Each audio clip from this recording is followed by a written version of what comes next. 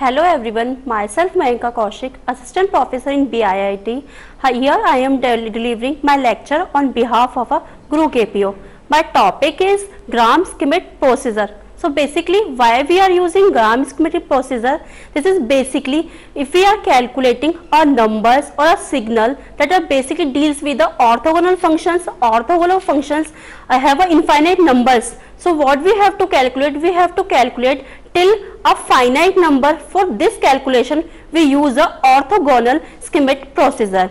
If there are signals which are up to n numbers, here it is a signal S1t which is calculating up to n numbers, S2t which is calculating up to Sn numbers. So up to n numbers there are almost literally or infinite numbers. We have to calculate a finite numbers for that signals corresponding to that orthonormal function.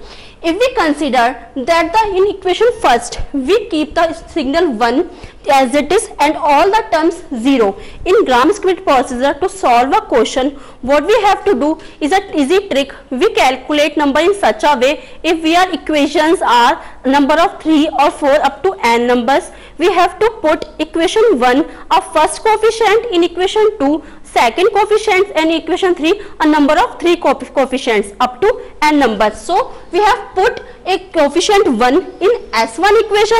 Again what we have to do, we have to calculate a single coefficient, that is S11t.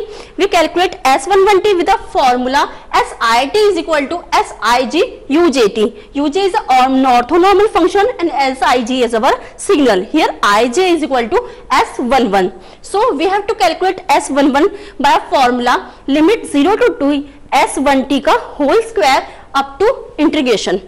Next step is to calculate our orthonormal function. Each and every function we have to calculate our signal with the orthonormal function. Orthonormal function calculated by this equation which is equal to S1 over S11t. In equation first we have calculated our first coefficient and our orthonormal function. In equation second we do the same procedure. What we have to do? We have to do the set two coefficients equal to as it is and the last equations will be 0. We put the two coefficients in the equation and next what we have to do? We have to calculate our integration and our square value to the last component. Last component maybe there are two components coefficients S21 and S22. We put the integration in a last coefficient, that is S22. We calculate S21 by a formula limit 0 to t with the orthonormal function, that is u1t. Again we calculate S2t.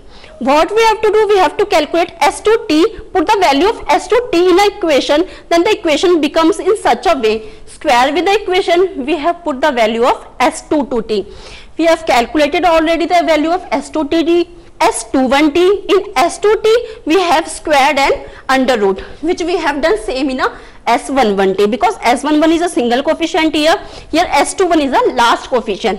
Then U2t is calculated by a ratio, that is S21 U1t minus S22. Here we put the value of U1t from the equation first, that is a S1t over S11t. In this way we calculate our signals up to n numbers. And if there are signal 3 or a signal 3, we have calculated value for a 3 coefficient. 3 coefficient should be a S31, S32 and S33 up to n numbers. If we calculated for S3, we put the equation of a square and the under root for S33 coefficient, because S33 is the last coefficient in the equation and equation will be the last coefficient. So it's all about Gram-Schmidt procedure.